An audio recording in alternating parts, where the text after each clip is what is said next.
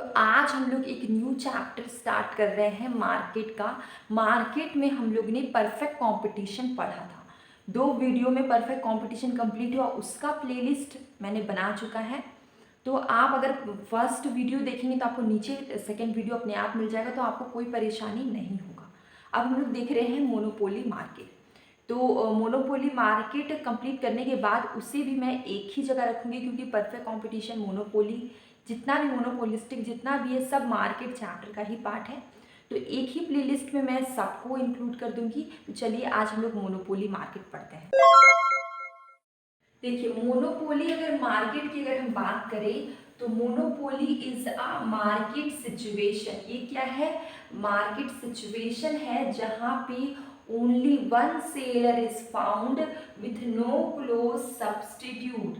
यहाँ पर सिर्फ एक ही सेलर पाए जाते हैं with no close substitute. Monopoly की बात करें, monopoly is a combination of two word. Monopoly combination है टू वर्ड का। First is mono. मोनो क्या होता है? Mono stand for single. Mono का मतलब single. And poly, poly stand for seller. आपको यहां तक समझ में आया? तो monopoly is a market situation where only one seller is found with no close substitute. अब ये नो क्लोज सब्स्टिट्यूट क्या है? देखिए, जैसे कि टी एंड कॉफ़ी। अगर हमें टी नहीं मिलता तो हम कॉफ़ी पी लेते हैं, ठीक है? तो ये एक दूसरे का सब्स्टिट्यूट है। वैसे ही मोनोपोली मार्केट में कोई सब्स्टिट्यूट नहीं होता, क्लोज सब्स्टिट्यूट, ठीक है? जैसे कोको कोला के बदले हम लोग पेप्सी पी लेते हैं, तो वो क्या है? एक दूसरे का सब्स्टिट्यूट है। तो ऐसा ही मोनोपोली में कोई क्लोज सब्स्टिट्यूट है ही नहीं। मोनोपोली इज द कॉम्बिनेशन, ये दो वर्ड से मिलके बना है। फर्स्ट इज मोनी, mono, mono means single, and second is poly, poly means seller. यहाँ तक समझ में आया? उसके बाद it show a market situation where a single seller is found with no close substitute, ठीक है? तो ये ऐसा मार्केट सिचुएशन है जहाँ पे सिर्फ एक ही सेलर पाए जाते हैं, कोई क्लोज सब्स्टिट्यूट नहीं होता। उसके बाद है मोनोपोली की फीचर्स की अगर हम बात करें, मोनोपोली क्या है? First, single seller. यहाँ पे एक ही सेलर और एक ही प्रोड्यूसर है, ठीक है? अगर एक सेलर और एक प्रोड्यूसर होगा, इससे क्या होगा? मार्केट में अच्छा कंट्रोल होगा सेलर और प्रोड्यूसर का।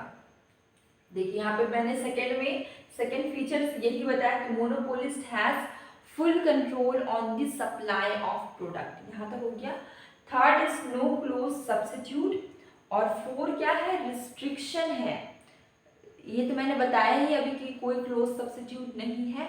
जैसे कि टी के बदले हम लोग कॉफ़ी यूज़ कर ले, कॉफ़ी के बदले टी, या फिर हम लोग कोको कोला के बदले पेप्सी यूज़ कर ले, ऐसा कोई क्लोज सब्स्टिट्यूट नहीं होता है मोनोपोली में। उसके बाद मैंने बताया कि यहाँ पर रिस्ट्रिक्शन है। आप कोई भी यहाँ पर एंट्री या कोई भी यहाँ से एग्जिट नहीं कर सकता।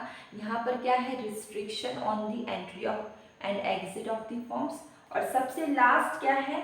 मोनोपोली डिमांड कर्व क्या होता है? ऑलवेज क्या होगा? डाउन होगा।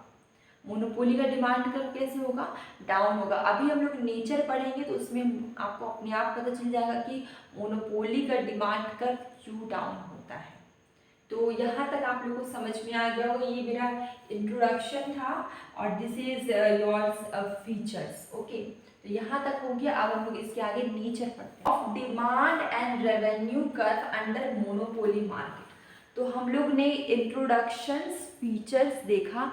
अब थर्डली हम लोग देख रहे हैं नेचर क्या होगा डिमांड एंड रेवेन्यू कर्व का अंडर मोनोपोली मार्केट, ठीक है? तो नेचर की अगर हम बात करें, सबसे पहले देखिए, in this case monopoly one firm constitute entire industry, ठीक है? एक फर्म कंस्टिट्यूट करती है पूरे इंडस्ट्री को। एक फर्म क्या करती है? मैनेज करती है, क्या बोले, रेगुलेट करती है, कंट्रोल करती है पूरे इंडस्ट्री को।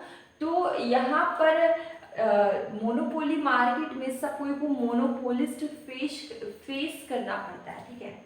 तो यहाँ पे देखिए, यहाँ पे लिखा therefore the entire demand of the consumer for a product entire demand वो मोनोपोलिस्ट को फेस करता है, मतलब कि क्या फेस करता है बोलो, डाउनवर्ड स्लोपिंग डिमांड कर फेस करता है, हायर प्राइस, प्राइस जब हायर होगा तो लोअर डिमांड, ठीक है, ये फेस करना पड़ता है, lower price and higher demand. देखिए यहाँ पे लिखा हुआ है मोनोपोलिस्ट फेस, मतलब सब कोई को एक मोनोपोलिस्ट सिंगल सेलर है, तो यहाँ पर एक चीज़ फेस करना पड़ता है कि हायर प्राइस, अगर प्राइस बढ़ जाएगा तो डिमांड क्या होगा, घट जाएगा, और प्राइस अगर घट जाएगा तो डिमांड बढ़ जाएगा। मैंने यहाँ पे लिखा है higher price and price is higher demand जब price is lower and lower demand जब प्राइस इज हायर। समझ में, higher demand price is lower and vice versa भी आप लिख सकते हैं। उसके बाद मैंने यहाँ पे एक रेवेन्यू कर्व बनाया, ये है एवरेज रेवेन्यू, उसके नीचे है मार्जिनल रेवेन्यू। तो ये जो कर्व है ये आपका इक्विलिब्रियम के केस में आपको हर जगह ये ER MR बनाना पड़ेगा, ठीक है। अभी मैं इसकी आगे इक्विलिब्रियम बताऊंगी। अगर आपको ये समझ में नहीं आया तो एक बार मैं रिपीट कर देती हूँ। नेचर ऑफ डिमांड कर्व, ठीक है, ये एंड रेवेन्यू कर्व क्या होता है, इसमें बहुत सिंपल है, इसमें बस इतना ही बताया गया है कि रेवेन्यू कर्व या डिमांड कर्व मोनोपोली के अंदर में क्या हो जाएगा, डाउनवर्ड स्लोपिंग होगा, क्योंकि यहाँ पर एक फर्म पूरे इंडस्ट्री को क्या कर रही है, एक फर्म पूरी इंडस्ट्री को क्या कंट्रोल कर रही है, ठीक है। और यहाँ पर क्या है, हर किसी को मोनोपोलिस्ट फेस करना पड़ रहा है, क्योंकि यहाँ पे एक ही सेलर है, ठीक है, एक ही सेलर है लेकिन बहुत सारे बायर है ना, तो मोनोपोलिस्ट सबको फेस करना पड़ता है। और यहाँ पर क्या हो जाता है कि अगर प्राइस ज़्यादा है तो डिमांड कम रहेगा, अगर प्राइस हायर है तो डिमांड कम रहेगा, और अगर प्राइस लोअर है तो डिमांड ज़्यादा रहेगा। यहाँ पर बस इतना ही कुछ समझना है, और ये डायग्राम बहुत ही इम्पॉर्टेंट है, क्योंकि इक्विलिब्रियम का केस अगर हम पढ़ेंगे और प्राइस डिटर्मिनेशन का, तो आपको हर जगह पे AR MR कर्व को ड्रॉ करना पड़ेगा। देखिए AR कर्व है एवरेज रेवेन्यू कर्व, और ये है MR curve marginal revenue curve. पहले यहाँ पे AR है, उसके नीचे क्या है, MR कर्व है। तो आपको यहाँ तक समझ में आया होगा। आज हम लोग यहीं तक मतलब nature of the demand curve और रेवेन्यू कर्व यहाँ तक ही एंड करते हैं। कल हम लोग इक्विलिब्रियम मोनोपोली मार्केट का देखेंगे और प्राइस डिटर्मिनेशन देखेंगे। इसके अंदर बहुत सारा पार्ट है, मोनोपोली पावर है, प्राइस डिस्क्रिमिनेशन है, डिग्रीज है, फर्स्ट डिग्री सेकेंड डिग्री, वो हम लोग कल देखेंगे, ठीक है। तो अभी हम लोग मोनोपोली का इंट्रोडक्शन, फीचर्स और नेचर देखें, हम लोग 3 चीज़ अभी हम लोग देखें, ठीक है। तो आई होप आप लोग को अच्छी लगी होगी। और अभी मैं मॉर्निंग में क्विज़ डालती हूँ करीब 7 बजे के आसपास, तो आप वो क्विज़ को देखा करिए, आपको उससे काफ़ी बेनिफिट होगा।